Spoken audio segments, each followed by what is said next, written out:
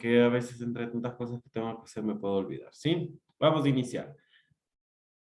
Cuando habíamos hablado de la morfofisiología, no nos olvidemos, es una ciencia que estudia la forma y la función de nuestro organismo, ¿sí?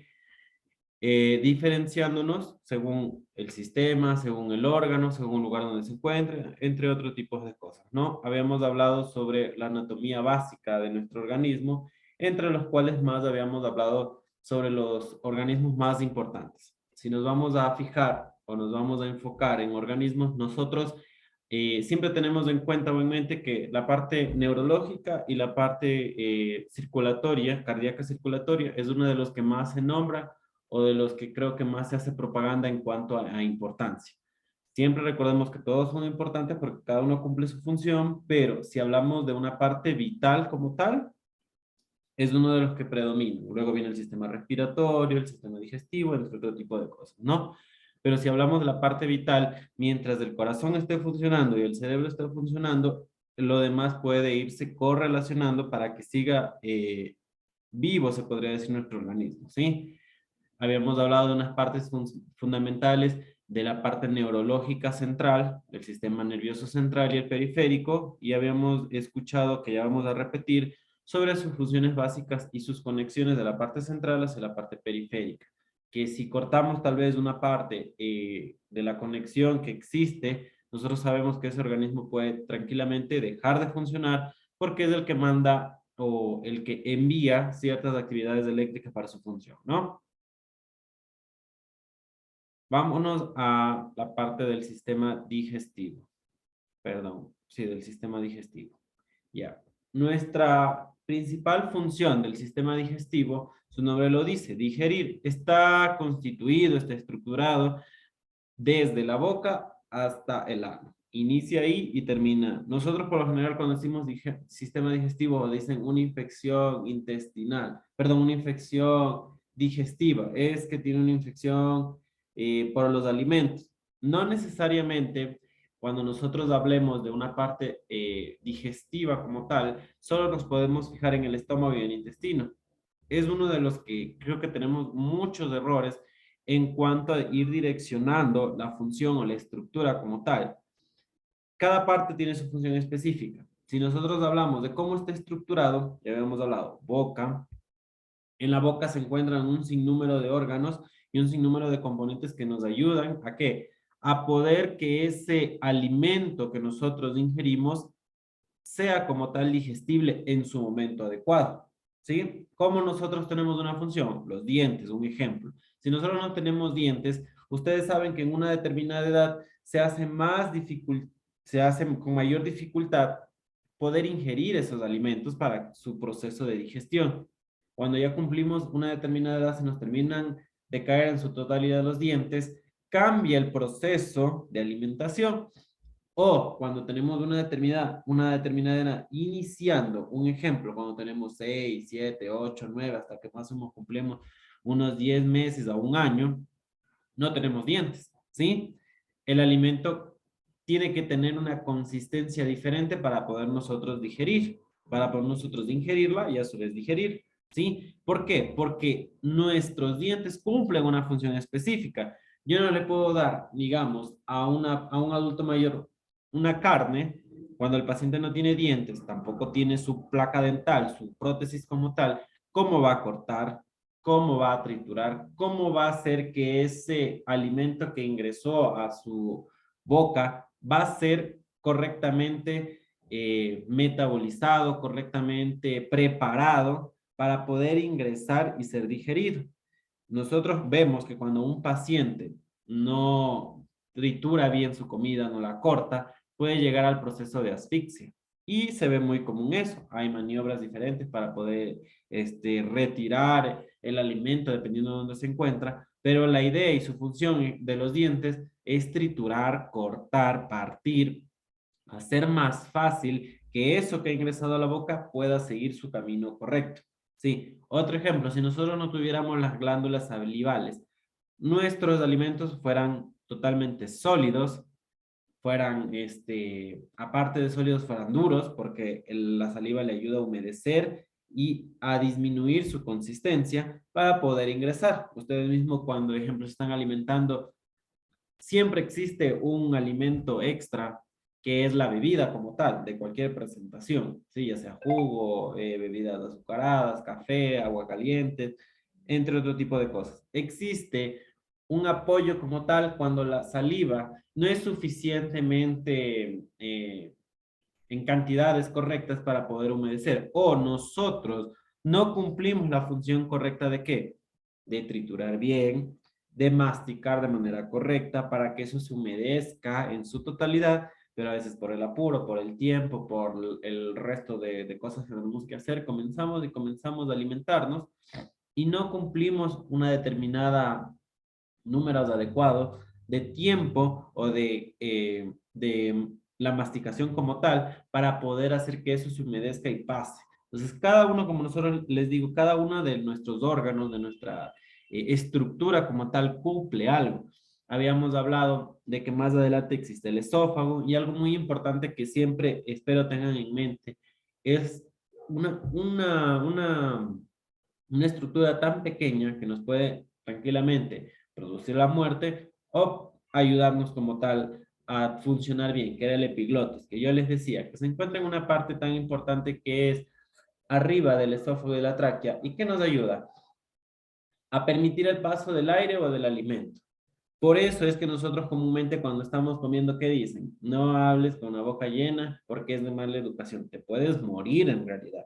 ¿Por qué? Porque en el momento de que nosotros estamos comiendo, vamos a deglutir, vamos a hacer el proceso de tragar, de que pase de la boca hacia el esófago, si nosotros comenzamos a hablar, necesitamos aire para que ese aire a través de las cuerdas vocales se conviertan en sonido, que son nuestras palabras. Pero si nosotros comenzamos a hablar y al mismo tiempo tratar de deglutir, lo que hace la epiglotis es empezar a moverse porque no sabe si va a pasar el alimento o va a pasar el aire y está en un vaivén que puede tranquilamente el alimento irse a la tráquea o irse al esófago o irse parte. Es por eso que cuando están hablando las personas comienzan a atorarse y saben decir se me fue por mal camino.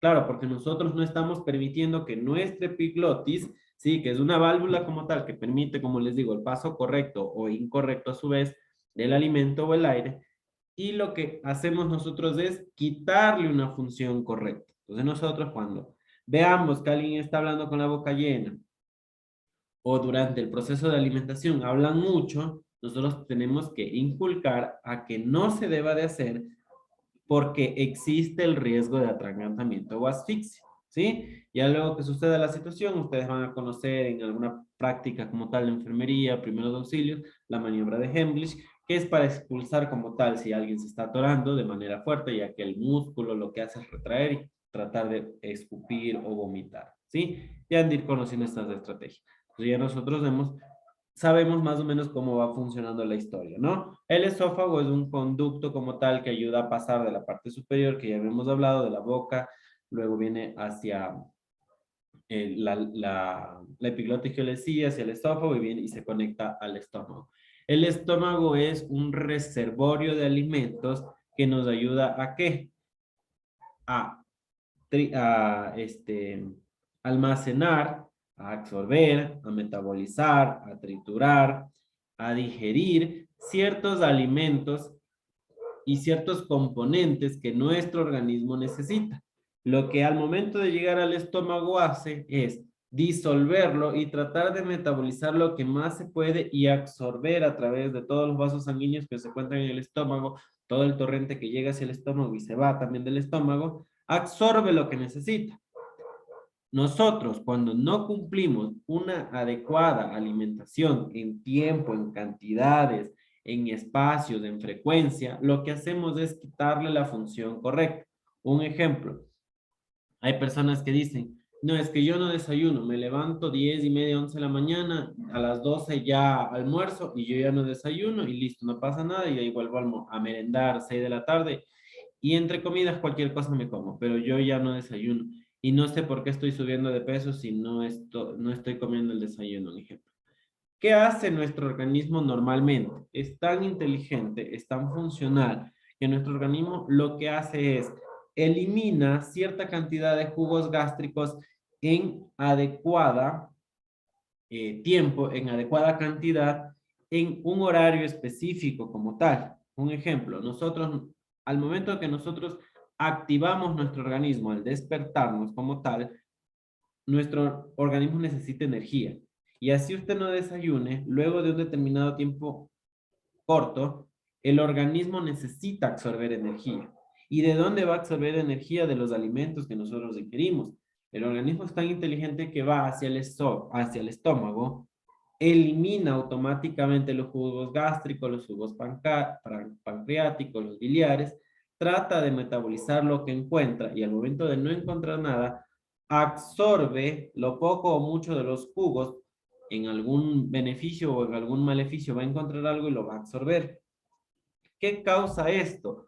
Un daño de la mucosa gástrica. De ahí conlleva toda la parte incorrecta que nosotros sabemos que es la gastritis, las lesiones gástricas, como mínimo y como máximo, una lesión que ya lleva úlcera gástrica y la úlcera gástrica es lo más cercano a un cáncer gástrico, ¿sí? ¿Por qué? Porque la mucosa gástrica se dañó, una célula no se dividió bien, y ustedes saben que las masas cancerígenas son producidas por células mal formadas, mal estructuradas, que algo, ya sea interno o externo, le alteró su multiplicación correcta y fue una masa, ya sea maligno o benigno. Existen diferentes tipos de cáncer, ¿no?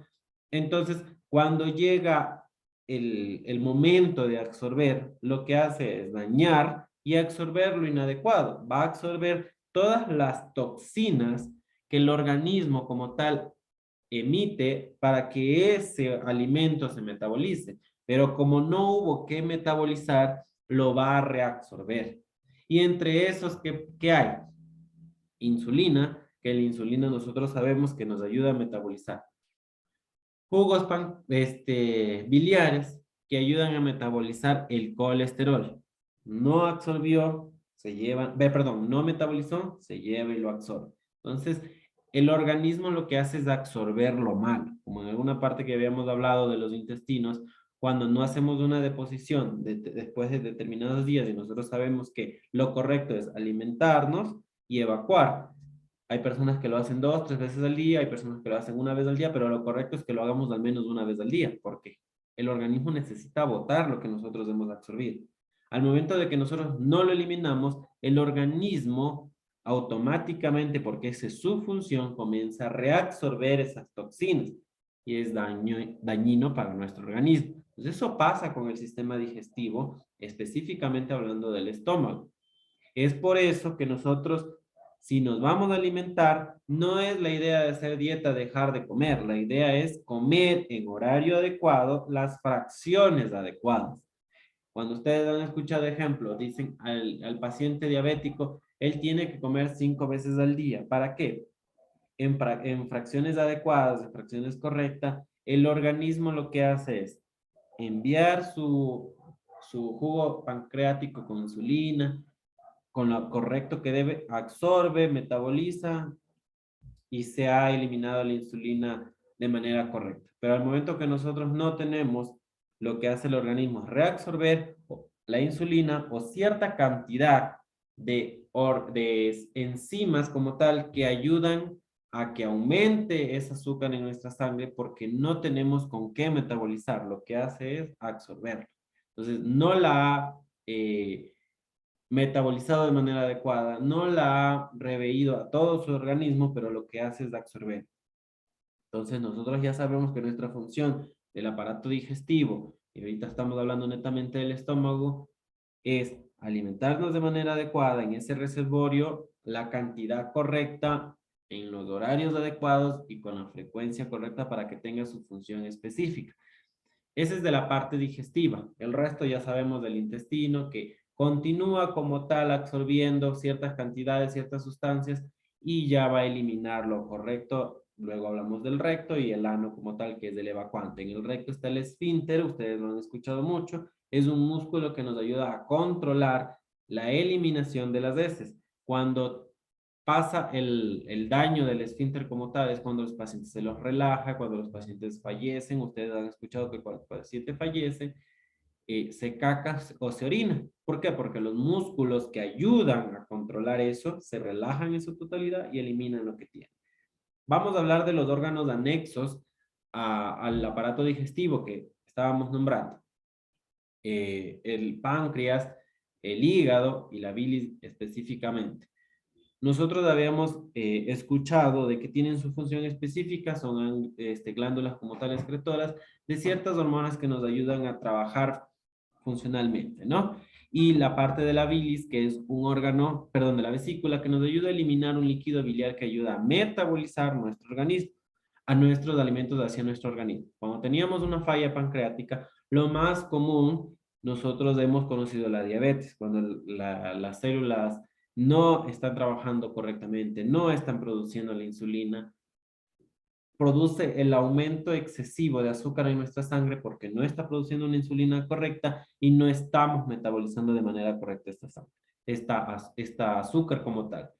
Vienen los problemas de hiperglicemias, rara vez las hipoglicemias, pero pueden suceder también. Más se dan las hiperglicemias que nosotros podemos controlar con una buena alimentación o con apoyo de tratamiento, ¿sí? Entonces, cuando nosotros no tenemos una adecuada alimentación y nuestro páncreas está produciendo insulina, nosotros ya sabemos que necesitamos alimentarnos de manera correcta porque no es porque no nos alimentamos, el páncreas va a dejar de producir, va a seguir produciendo porque tiene su actividad autónoma, funciona de manera adecuada, no necesita que alguien le diga que trabaje, él trabaja de manera adecuada y nosotros por eso nos tenemos que alimentar.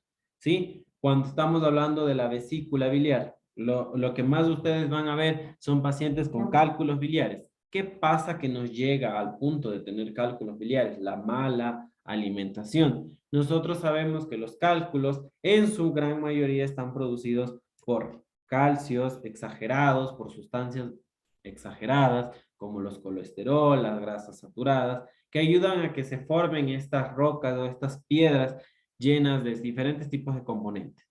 Cuando nosotros tenemos una adecuada alimentación, de manera correcta, bien balanceada, ¿qué hace? Llega hacia nuestro estómago, la cantidad correcta de bilis produce de manera adecuada a través del hígado, se filtra, pasa la bilis y llega hacia el estómago.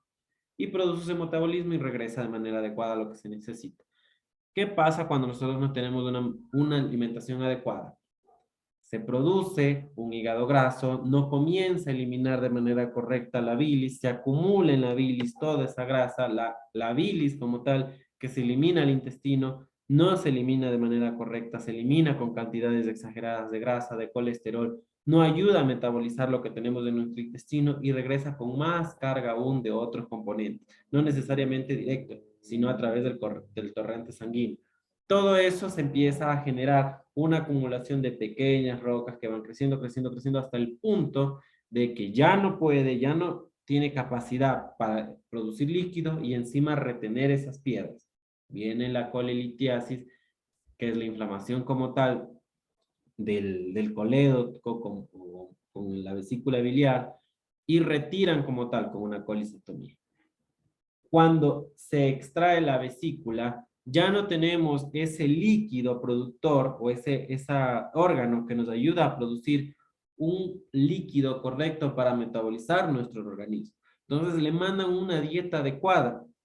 El paciente por lo general, de cada 10 pacientes, 7 no lo cumplen, 3 sí lo cumplen, porque creen que su organismo solo extrajeron como un apéndice y listo, el apéndice no tiene una función específica como tal, aparte de mencionar ciertos residuos, pero la vesícula sí tiene una función específica, que nos ayuda a metabolizar todo esto que les estoy hablando. Nos ayuda a que nuestra grasa corporal, perdón, nuestra grasa llegada a nuestro organismo se elimine, se metabolice y no se acumule en la parte corporal como tal o en la parte del hígado.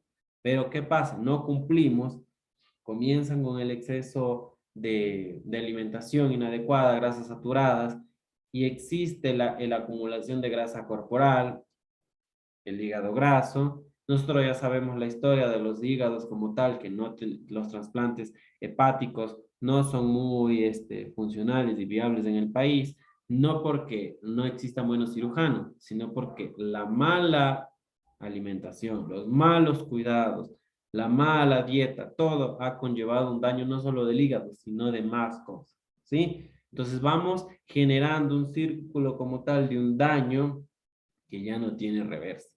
Nosotros ya sabemos las funciones, ya sabemos qué pasa cuando no tenemos un órgano, ya sabemos qué pasa si no nos estamos alimentando de manera correcta. Estos órganos anexos nos ayudan a funcionar de manera correcta. Sabemos sus funciones, dónde se encuentran, hablando estructuralmente, morfológicamente, dónde se encuentran, cómo se encuentran. Ya vimos la parte digestiva en gráficos, cómo están formados como tal, pero tenemos que saber muy importantemente sus funciones para poder nosotros hasta recomendar, porque lo típico, como yo les digo, es que ya les están viendo que están estudiando enfermería y les van a comenzar a preguntar todo esto.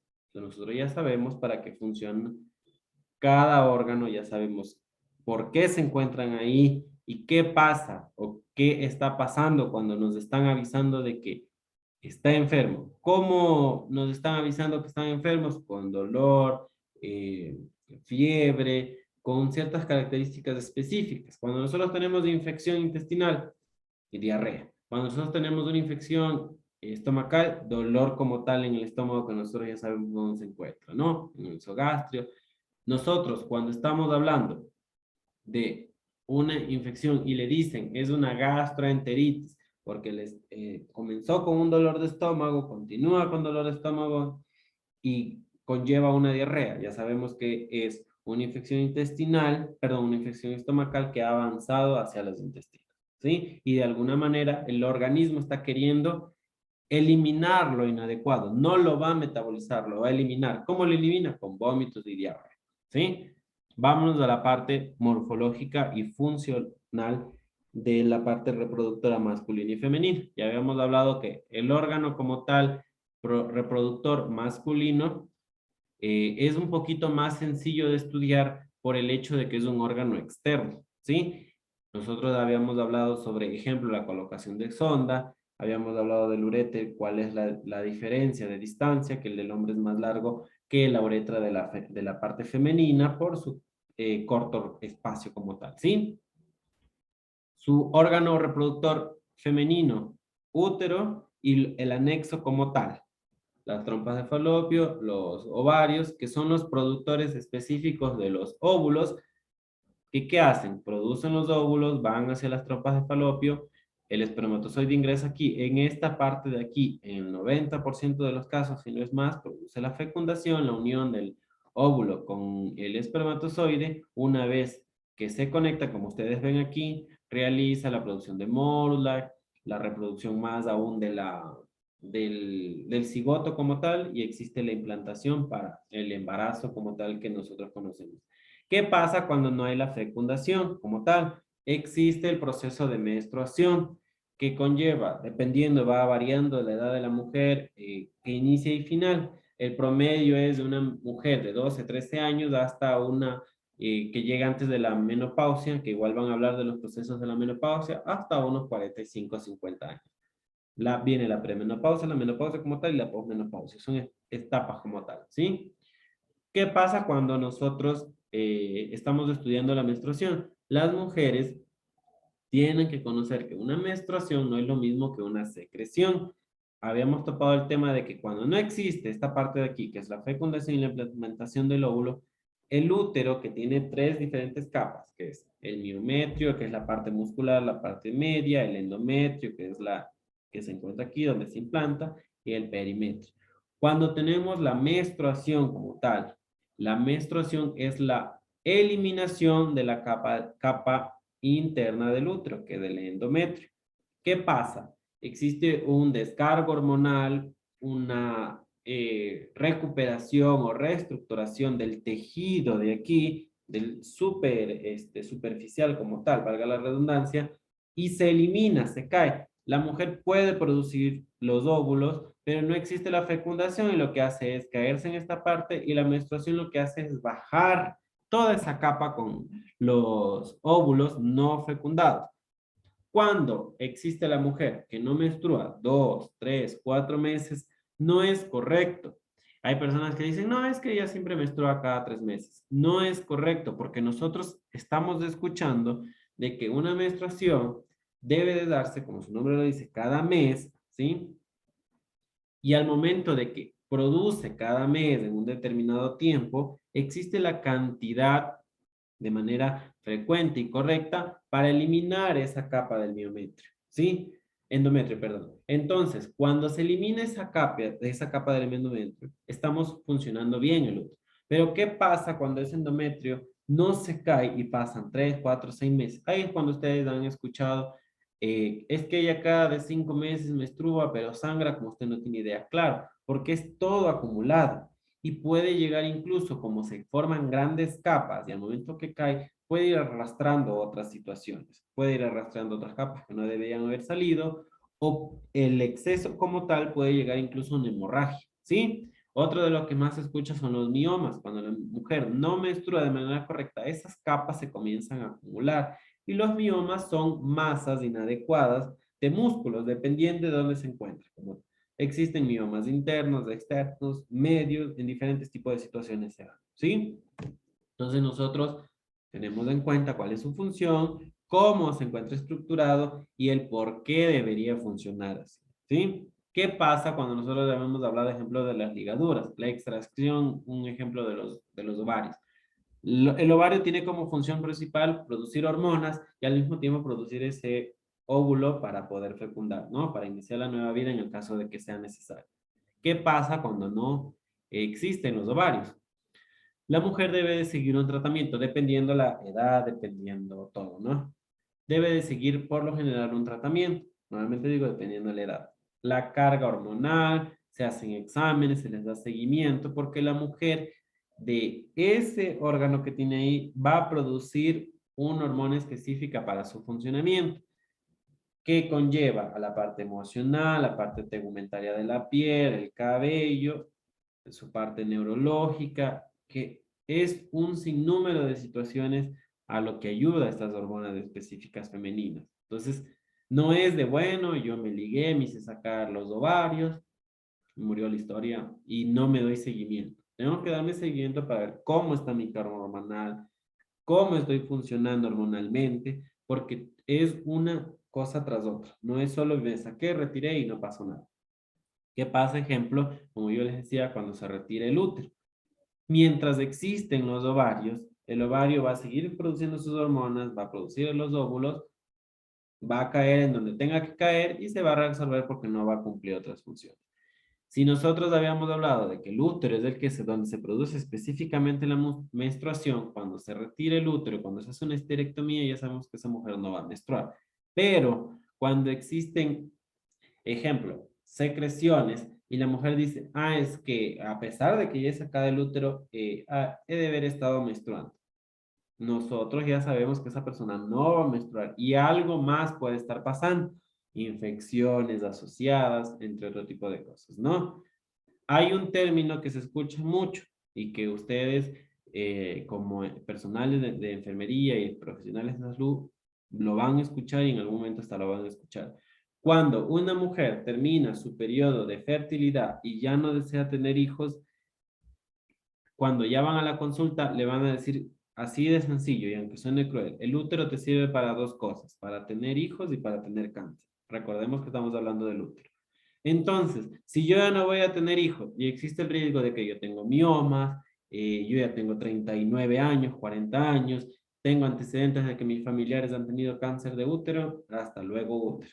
La mayoría de personas y los profesionales de salud también recomiendan de que si hay riesgos, hay este tipo de anomalías, es de preferencia retirarlo, ¿sí? En el caso de ser necesario, cuando no tengan antecedentes, no tengan ningún problema, ya no tengan pareja sexualmente activa, se puede mantener y puede funcionar sin ningún problema. Pero cuando hay todos los antecedentes que le he hablado, de preferencia se retira, ¿sí? En esta parte, antes de irnos y vamos a tomar la geniturinario, no nos olvidemos, existe se podría decir el error de que cuando la mujer es retirada el útero, confunden que ahí es el reservor y el órgano como tal para eliminar la orina. Recordemos que la vejiga es un órgano que se conecta hacia los riñones. Más adelantito esperemos lo podamos hablar y si no ya lo habíamos hablado, lo habíamos detallado bien claramente, los riñones son el filtro total de nuestro organismo, de todo el contenido líquido que tenemos en nuestro cuerpo, ¿no? Filtra, pasa hacia unos conductos y va hacia la vejiga, y para poder nosotros eliminar es a través de la vejiga en forma de orina que conlleva la uretra y elimina el contenido, ¿no? Eso se encuentra, si el útero está aquí, hablando de posición, al frente se encuentra la vejiga, ¿sí? Y era de lo que más nosotros habíamos hablado, que había muchos errores. Cuando habíamos hablado de la forma como tal de la vagina, habíamos hablado que están los labios internos, y encontrábamos dos espacios, donde uno se conecta hacia el canal vaginal que va hacia el útero y el otro, el meato urinario que va hacia la uretra y la vejiga. Entonces, cuando un ejemplo de lo que más habíamos hablado es cuando colocamos la sonda. Existe el error de que colocan en el orificio inferior, que es el que va hacia el útero, y envían como tal desde el canal vaginal hacia el útero. Pero lo correcto y lo que nosotros ya sabemos es que del orificio superior, porque ahí se encuentra el meato urinario y ese conlleva la vejiga. Es un órgano anexo, ¿sí? Que está muy pegado al útero, pero no, la vejiga no es el órgano reproductor, es el órgano urinario. El órgano reproductor es el útero, que se encuentra, como les digo, juntos, pero no están adheridos y no cumplen la misma función. Son diferentes, ¿no? Y ya sabemos la conexión directa y por qué se encuentran ahí. Habíamos hablado también de que, en ejemplo, en las cesáreas, cuando los pacientes ya están en el periodo como tal de tener el alumbramiento, tener el bebé, existen los cortes. Cuando van a cortar y van a llegar a la vejiga. Y como yo ya les había hablado que la vejiga está aquí y el útero está aquí, de manera superficial, este es el abdomen, la cavidad abdominal externa de la mujer, comienzan a hacer cortes. Y por eso es que cuando inician una cesárea, lo primero que antes de iniciar una cesárea es el vaciamiento total de la vejiga, porque si la vejiga estaba llena, al momento de colocar la sonda, se disminuye su tuberosidad de tamaño, no va a acumular orina porque está la sonda y va a estar eliminando de manera continua, y hacen los cortes de manera correcta y la vejiga está abajo, ¿sí? Entonces, es una de las cosas que ustedes más van a ver en la parte de las cirugías, no necesariamente en cirugías solo de cesáreas, en cualquier cirugía abdominal se coloca de preferencia siempre la sonda vejical para que esa sonda tenga vacío siempre esa vejiga y no haya un riesgo como tal de ruptura o de daño, ¿sí? En la parte del órgano reproductor masculino, nosotros habíamos hablado un ejemplo de lo que más se tocó el tema era de la vasectomía. Ya nosotros hablamos del pene, que es el conducto externo, está formado por cuerpos cavernosos, el glande, donde existe la mayor sensibilidad, igual que el clítoris de la mujer, pero a diferencia del glande, el clítoris tiene mayor inervación nerviosa, ¿sí? Es más sensible aún que el glande del hombre.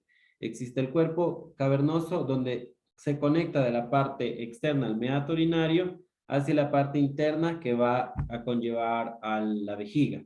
Existen diferentes conductos que uno conecta, perdón, el epidídimo para ir a los espermatozoides. Más arribita habíamos hablado de la próstata que elimina cierta cantidad seminal y ayuda a producir una mínima cantidad de hormonas, pero muy pequeña, para producir hormonas como tal masculinas, pero es una cantidad muy leve, ¿sí? Habíamos hablado de la colocación de sonda. Es más fácil porque es un solo conducto y un solo ingreso. El conducto es más largo de la uretra, ¿sí? Tenemos que tener en mente, muy pendientes cuando los pacientes tienen algún problema de prostatitis, ¿sí? Habíamos hablado de que la próstata se encuentra casi alrededor o cubriendo, ¿sí? O sobre el conducto urinario que baja de la vejiga hacia la parte externa.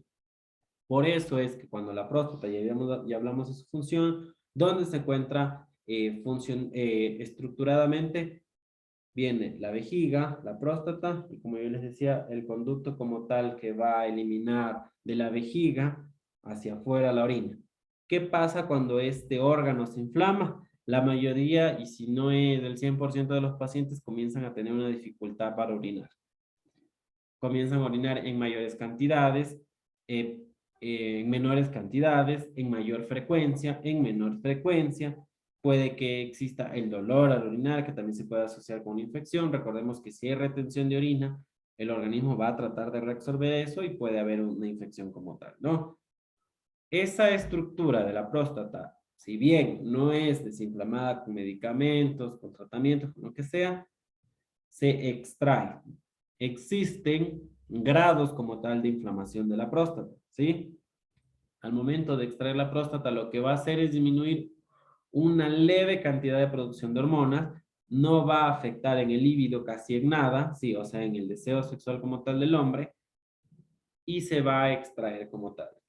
El rango de edad por lo general de que estos pacientes tengan un problema de próstata como tal es a partir de los 45 años, de 40 a 45 años.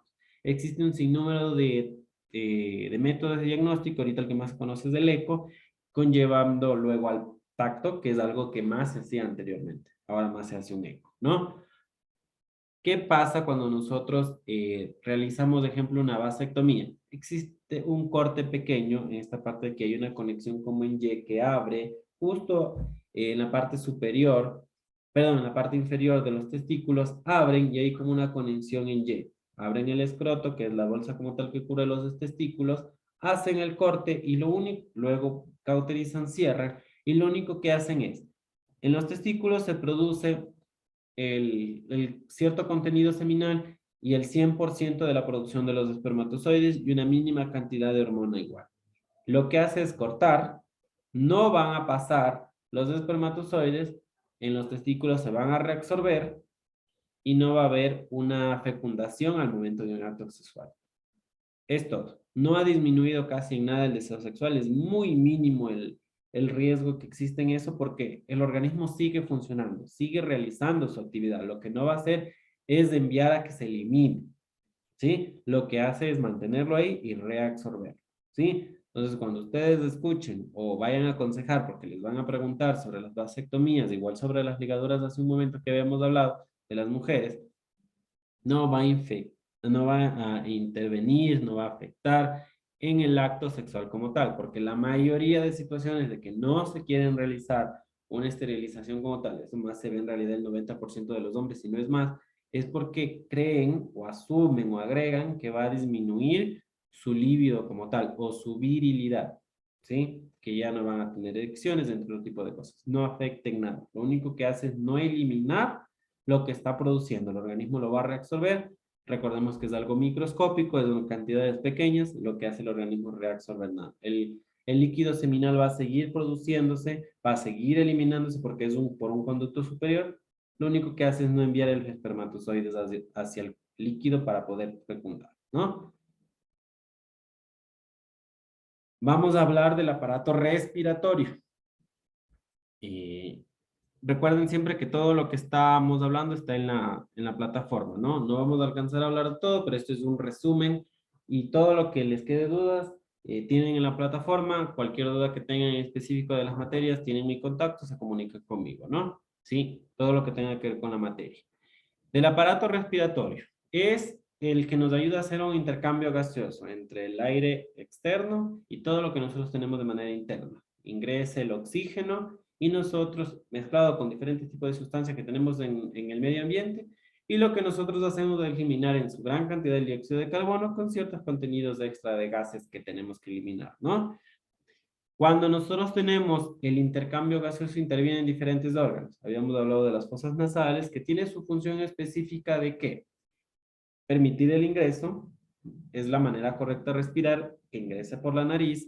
Nosotros, al momento de ingresar por la nariz, nuestros vellos nasales, nuestra nariz, ayuda a humidificar, calentar el ingreso a nuestros pulmones, ¿sí? A través de más espacios que ya vamos a hablar de la tráquea, ¿sí? La tráquea que es un conducto cartilaginoso que nos ayuda, como ustedes en algún momento tal vez se topan, es un conducto circular que conlleva al ingreso y al transporte del oxígeno de la parte superior hacia los bronquios, que es como unas ramas, unas raíces, ¿sí?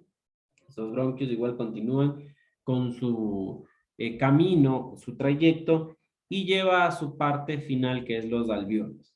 En los alvéolos es unos como globitos inflables como tal, que es en la última parte, donde pasa un vasito, pasa una arteria, pasa una vena, la arteria viene con la sangre completa llena de oxígeno, hemoglobina, y el dióxido de carbono se va por la vena como tal y luego realizan el intercambio a través del corazón y todos los vasos externos de los pulmones al momento de la exhalación.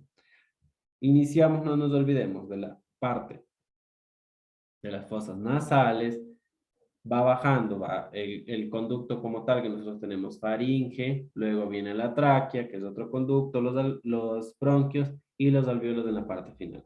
Realiza el intercambio gaseoso, viene esa masa enorme que son nuestros pulmones, donde conlleva el intercambio como tal y lo que hace es expulsar todo lo que nosotros no necesitamos. Si nosotros al ingresar hacemos eso, existe un espacio como tal, al expulsar va a regresar en su conducto, pero ya cargado de sustancias que no necesitamos, ¿sí? A través de vaso. ¿Qué pasa cuando nuestro organismo está enfermo o está disfuncional? No va a realizar este intercambio porque estamos hablando de manera normal. ¿Qué pasa cuando está alterado? Lo que ahorita en la parte del COVID hemos escuchado la gran parte, casi de expertos todos. No pasaba un intercambio gaseoso correcto. ¿Cómo nosotros medíamos que no estaba habiendo un intercambio gaseoso adecuado? Con la saturación parcial de oxígeno, que era la saturación como tal con los pulso oxímetros, ¿sí? Nosotros habíamos hablado que el pulso oxímetro lo que hace es, nosotros al colocar, tiene un sensor que mide o sensa, valiendo la redundancia, lo que se encuentra en los tejidos periféricos, sensa esa cantidad de oxígeno. Entonces, si nosotros vamos a medir una saturación parcial de oxígeno, ya habíamos hablado, uñas adecuadas, sin pintura, que no intervenga en ese sensor, lo que está como tal leyendo, ¿sí? En tiempo determinado, segundos adecuados, para que exista una lectura correcta. ¿Sí? ¿Qué pasaba cuando había una inadecuada saturación? Conllevábamos a la aplicación de oxígeno, a la posición correcta, verificar que en realidad esté bien colocado, comenzamos a cambiar, porque puede que esté afectado cualquier órgano, ¿sí? Si nosotros tenemos, ejemplo, o algo que espero que nunca vean, ¿no? Cuando tenemos una reacción alérgica a cualquier medicamento o alimento, los pacientes deben de ser atendidos de manera pronta, porque ¿qué hace el organismo? El organismo comienza a reaccionar eliminando las células, líquido intracelular, y lo que hace las células, si era así, se comprime y elimina el líquido extracelular, perdón, intracelular hacia la parte extracelular y comienza a producir un hinchazón. Y ustedes ven esos pacientes rojos. ¿Y qué pasa en la parte de las vías aéreas? Puede conllevar a que esa vía aérea que estaba así, como ya ha eliminado el líquido extracelular, intracelular a la parte extracelular, comienza a cerrarse por la hinchazón. El edema como tal o la inflamación de la vía aérea en cualquier lugar como tal puede conllevar a una falta de aire, una asfixia que puede llevar a una parada cardíaca o respiratoria porque no hay un intercambio correcto de oxígeno, ¿sí? Entonces, cuando nuestro organismo no está funcionando bien, un ejemplo, tenemos, yo que tengo rinitis alérgica, si yo comienzo a estornudar muy seguido, comienzo a darme cuenta que mi voz se vuelve más nasal, quiere decir que la entrada de aire por la vía nasal me está dificultando y yo tengo que actuar de manera pronta, ya sea con el medicamento, ya sea con una buena hidratación, ya sea eliminar la exposición que me ayuda a que esa rinitis empeore, entre otro tipo de cosas. Si nosotros estamos hablando de una infección, digamos, van al médico y dice es que tiene una bronquitis, ¿sí? O una neumonía. Ya estamos hablando de que cualquier parte, en la bronquitis ya sabemos que los bronquios específicamente están inflamados. Si estamos hablando de una neumonía, puede que sea la parte pulmonar o la parte de la vía aérea baja esté enferma como tal, ya sea por una infección viral o en su mayoría por una infección bacteriana, ¿sí? Tenemos que actuar de manera inmediata, ya sea con medicación, con lo que sea, con tratamientos, con cualquier situación, porque lo que puede llevar es a un intercambio inadecuado de oxígeno, a retener CO2, es una insuficiencia respiratoria y ese paciente puede llegar a una parada cardíaca o a necesitar una ventilación mecánica, ya sea invasiva o no. ¿Sí? Y un sinnúmero de situaciones más. No es por eso de que les mandan a la casa y el medicamento se lo toman a la hora que sea, el medicamento deja de hacer efecto, pasan las horas adecuadas, el alveolo, la tráquea, los bronquios, se vuelven a inflamar porque no han tomado el medicamento en horarios adecuados, en cantidades adecuadas, y comienza la resistencia a los medicamentos que puede llevar a necesitar más situaciones o más apoyo o más de estrategias suplementarias, ¿sí? Entonces ya sabemos cuál es su función, ya sabemos cómo normalmente actúa, qué pasa cuando se altera y qué nosotros debemos de hacer, ¿sí? Vamos a hablar de la parte del sistema nervioso, que es una de las partes que nos había, es muy controversial, ¿no? Recordemos que existen situaciones, no nos olvidemos, y situaciones que puede conllevar a actuar de maneras incorrectas o de maneras diferentes. Van a haber muchas variables en todo lo que ustedes van a trabajar, en todo lo que ustedes van a actuar, pero de eso se va a ir aprendiendo, ¿no? Sistema nervioso central, nosotros habíamos hablado que uno de los, nuestro organismo está funcionando bien si no existen traumas, no existen golpes, no existen enfermedades, no existen dificultades que ayuden a como tal, que el cerebro esté funcionando y mande todas sus órdenes como tal hacia el resto del sistema nervioso periférico. Central, cerebrito, la médula y periférico, toda la ramificación de nervios que tenemos hacia alrededor. ¿Qué pasa cuando deja de funcionar nuestro cerebro? Recordemos que el cerebro es el que nos ayuda a comandar ciertas actividades o funciones. Hay órganos autónomos que funcionan, pero de manera autónoma porque no necesitan una orden, pero sí necesitan estimulación nerviosa. No es lo mismo de que yo no le dé una orden de manera neurológica, de manera mental a mi corazón que deje de latir, porque no lo va a hacer, pero él funciona de manera automática con actividad eléctrica que se va mandando al músculo cardíaco y comienza a funcionar. Pero ¿qué pasa cuando hay una interrupción como tal de esa actividad eléctrica? Lo que habíamos hablado, lo más común, los accidentes de tránsito. Cuando existe, o bueno, un accidente en general, cuando existen los accidentes o los traumas, lo que puede conllevar a que ese órgano se desconecte de cualquier espacio, de cualquier lugar específico y no va a permitir que ese impulso nervioso llegue hacia ese órgano, ya sea autónomo o no, o que necesite una orden. Sí, como les decía, ejemplo, yo estoy ordenando al cerebro que me mueva mis manos, yo camino y lo que sea, pero yo no puedo ordenar a que ese corazón late o deje de latir porque es automático. Pero cuando sucede el corte de eso, por más automático que sea, yo necesito que ese cerebrito que está produciendo la sinapsis, que la sinapsis no nos olvidemos, es la unión de una neurona con la otra para producir energía y que ese cerebro funcione. Cuando no, tal vez en el cerebro en la parte superior se está produciendo, pero no hay la conexión directa hacia abajo por cualquier tipo de circunstancias, puedo llegar a producir que cualquier órgano deje de funcionar. Ejemplo, cuando teníamos los accidentes que habíamos hablado, entre una vértebra y la otra está pasando la médula espinal. La médula espinal es un órgano como tal del sistema nervioso central que sigue llevando órdenes específicas de la actividad eléctrica y luego se conecta con el sistema nervioso periférico. Va al sistema nervioso central, que es, como les digo, principal, central, autónomo, y envía esas órdenes. ¿Qué pasa si yo corto esa circulación? Lo que voy a producir es que los órganos no reciban actividad eléctrica, no reciban órdenes, no reciban esos impulsos nerviosos para funcionar de manera adecuada y puede llegar a que se detenga.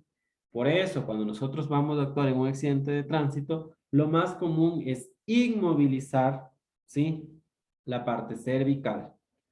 ¿Por qué? Porque en esa parte de ahí, en el C1, C2 hasta el C7, es donde pasan los nervios que van hacia el corazón y hacia el pulmón.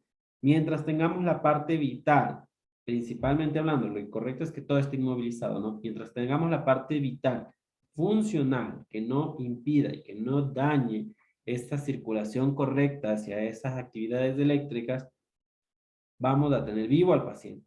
Pero ¿qué pasa? Un ejemplo, alguien que me había nombrado, el paciente se despertó, perdón, se cayó, tuvo el golpe, tuvo el trauma, todo, se levantó y al momento de retirar casco fue todo, porque fue el movimiento inadecuado, el movimiento incorrecto, brusco, que movió tal vez una vértebra y topó la médula y cortó la circulación en total. ¿Sí? Existen situaciones. Cuando nosotros habíamos hablado de una escala muy importante, que es la escala de coma de Glasgow, recordemos que esta escala es muy importante, la van a aprender en algún momento, léanla, conózcanla, pero la escala de coma de Glasgow nos ayuda a determinar el estado neurológico motriz del paciente. Existen muchas controversias. Ejemplo, que en los pacientes de terapia intensiva no se deberían tomar la escala de coma de Glasgow porque estamos induciéndole una sedación. Existen otros estudios que sí. Existen, se podría decir, errores al tomar. Un ejemplo, la escala de coma de Glasgow nos ayuda a ver la etapa neurológica y motriz. Si nosotros tenemos un paciente parapléjico, que ya no mueve de aquí para abajo, nosotros vamos evaluando nuestra escala de coma de Glasgow. Ocular 6, perdón, 4 porque está abriendo los ojos de manera espontánea. Verbal, si nos habla, nos contesta, está orientado. Pero la parte motora, yo no le puedo decir, muévame el brazo o deme la mano, si yo ya sé que él es cuadrapléjico. Pero una orden que sí me puede cumplir es, ábrame y ciérreme los ojos. Abra y cierra la boca. Saque la lengua, ingrese la lengua, porque es una actividad motriz. Yo no le puedo obligar a que mueva eso porque yo sé que su parte medular tal vez ya no le permite enviar una orden hacia allá abajo, pero su parte medular sí le permite hacia acá arriba. Y como yo valoro la escala neurológica motriz, yo ya sé que su parte motora superior sí está funcionando. Yo no, nuevamente les digo, yo no les puedo, ejemplo, un paciente de Guillain-Barré, que es una polineuropatía, él no va a mover de aquí para abajo nada. ¿Sí? Porque es una polineuropatía que va dañando toda la parte nerviosa hasta cierto espacio como tal de la médula que no permite el funcionamiento adecuado, mientras no se haya tal vez diagnosticado pronto, no es el tratamiento y toda la historia. Yo no le puedo decir que me mueva una mano porque no lo va a hacer, pero sí le puedo dar otras órdenes para poder yo valorar. Y yo le tengo que dar la escala completa si él me está respondiendo, me está hablando, me está contestando de manera motriz la pregunta de la orden como tal de abrir y cerrar los ojos, entre otro tipo de cosas. Entonces, esa escala ustedes la van a conocer, la van a aprender, nuevamente les digo, tienen que leerla, pero es muy importante que la vayan aplicando y la vayan conociendo, porque en la parte neurológica, muy aparte de ver cómo está estructurado, para que funciona, yo tengo que ir valorando cómo va funcionando o cómo sigue funcionando esa estructura principal que yo estoy hablando, ¿sí? Porque al momento de que nosotros tenemos un paciente y tal vez nosotros tenemos que continuar valorando, ver cómo nos va yendo, cómo va respondiendo, cómo va actuando ese paciente, tenemos que aplicar la escala de coma de Glasgow. Alguien que lo mencionó es que había llegado con una escala, perdón, había iniciado con una escala de 15, pero llegó con una escala de 7 si no me equivoco, de 5. Dependiendo el número, el paciente va a necesitar una ventilación mecánica para la oxigenación y para mantenerlo vivo ese paciente, porque si no va a empezar a retener CO2, va a empezar a tener dificultades más como tal agregadas a toda su complejidad y hacia su trauma, lo que sea, y puede llegar un paciente a una parada. Entonces vamos determinando la escala de coma de Glasgow y vamos viendo el apoyo o qué nomás va a necesitar para que ese paciente se mantenga con vida, ¿sí? Eso es todo, jóvenes, por hoy. ¿Tienen alguna pregunta? Recuerden que de las tareas y todo, por favor, tienen mi contacto. ¿Tienen alguna pregunta de las clases, de la clase de hoy o algo de la clase pasada? ¿Todo claro o nada claro?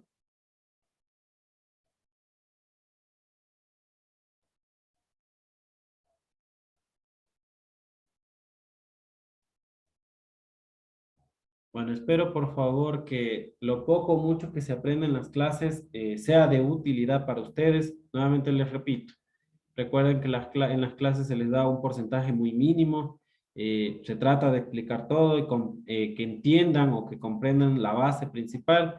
El resto es autoeducación, ¿sí? Estudien, no se queden con lo que aprendan aquí. Sigan leyendo, por favor, sigan estudiando porque, como les dije en algún principio de la clase, eso les sirve a ustedes más que nada, porque al final yo ya soy profesional, yo ya estoy trabajando, mis actividades las sigo cumpliendo, pero ustedes las van a necesitar más, ¿sí? Por favor, lean, estudien investiguen, espero que les vaya muy bien, si nos vemos en otra clase, espero que sea así, y si no, éxitos en su vida estudiantil y cualquier cosa estoy a las órdenes, ¿sí? Una buena noche con todos y que pasen muy bien. Gracias. Licenciado. Licenciado. Gracias, Muy licenciado. bien, hasta luego.